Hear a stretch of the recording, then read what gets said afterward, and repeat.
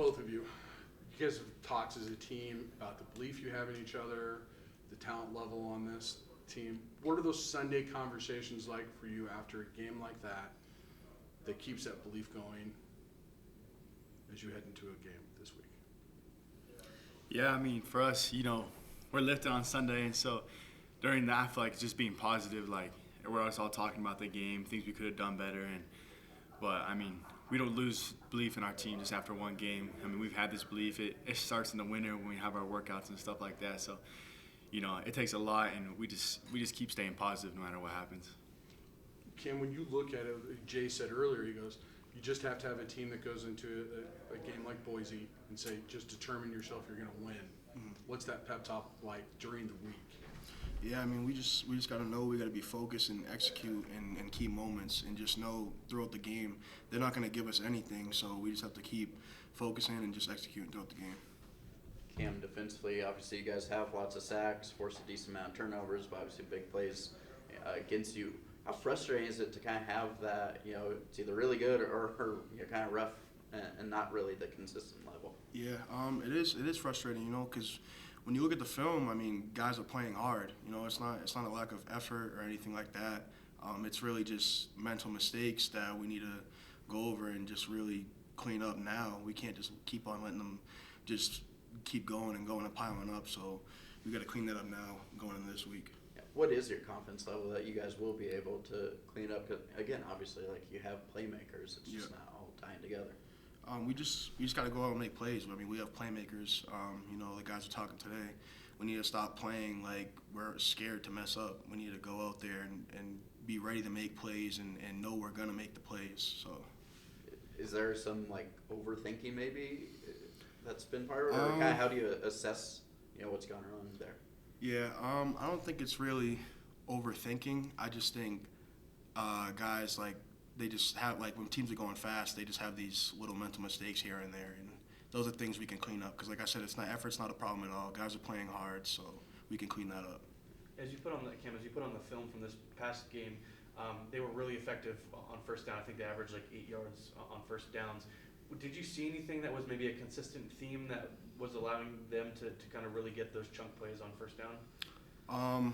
Yeah, I'd say our fits were just a little off maybe. We weren't fitting things exactly how we practiced the whole week coming up, getting ready for the game. So we had some miscommunication there. Down, what happened Saturday, people talk about, you guys need a bounce back game.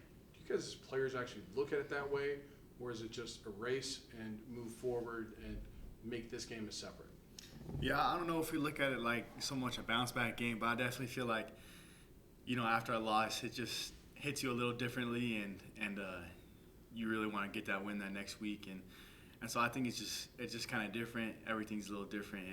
It wakes you up a little bit more. So, Dallin, for you throughout your career, I mean, have you learned anything? Whether it's being on either side, when a team jumps out to a big lead, and then the other team responds with a big run, like kind of what happened this past week. Is there anything you've learned as a message to use on the sideline to maybe mitigate that as another team is on a big run like that? Yeah, no, for sure. I think you just got to stay leveled. I mean, you can't get too high, and you especially can't get too low. When someone's going on a run like that, you just got to keep believing in each other. They had a lot of momentum. The fans were going crazy and everything. So whenever that happens, you just got to stick with each other, and you got to rely on your brothers even more, I feel like, in those moments. So. Do you guys feel like you're still learning things together as a team, such as breaking momentum, really putting it in your mind that put the last play behind you and move forward to the next? Yeah, I mean, I definitely think, every week we're learning. We're trying to, switch the culture. We're trying to change it around here. And so with that comes learning curves and different things. And so, every week we're just working on it, and you learn from it every week and just try to get better. We've seen like TJ start the last 2 weeks, and a handful of other younger players playing on defense. What does it tell you about that younger set that when they didn't play early, they didn't give up hope, they kept working to get in the lineup? Yeah, I mean, those guys they're really coming along, and they're really helping us, coming in and rotating, and they've just been taking every day of practice really seriously, and in meetings they're asking questions and just getting to know the system even more so they can really help us out. Dallin, a young quarterback, obviously, you're going to ride some ups and downs. For you kind of as a veteran, how do you I guess help Braden through obviously this weekend when things didn't go as well as the previous weeks. What's the messaging? Yeah, Braden's a great guy, and he's confident no matter what's happening. That's one of my favorite things about Braden is that, he's always going to be confident no matter what. And so I think just being there for him, just like a regular brother would, just, throughout the day, make sure he's good. I mean, Braden knows what he needs to do, We know what we need to do as an offense to get better. And so, Braden's going to be good, and, I'm always there for Braden no matter what happens, so. Did you guys learn anything as an offense in the second half when Torrey wasn't out there? And as you put on the film, is there things that maybe you guys can fix if there's a chance later in the year that there's just going to be some plays where he's not out there? Yeah, I mean, we just got to stop hurting ourselves. We put ourselves in some hard situations when we were backed up pretty close to the goal line.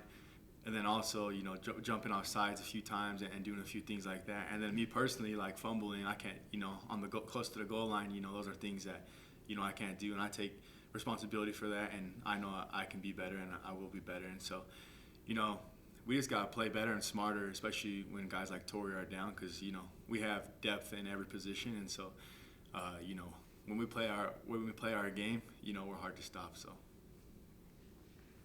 Good. Thank you guys. Thanks, guys. Appreciate it.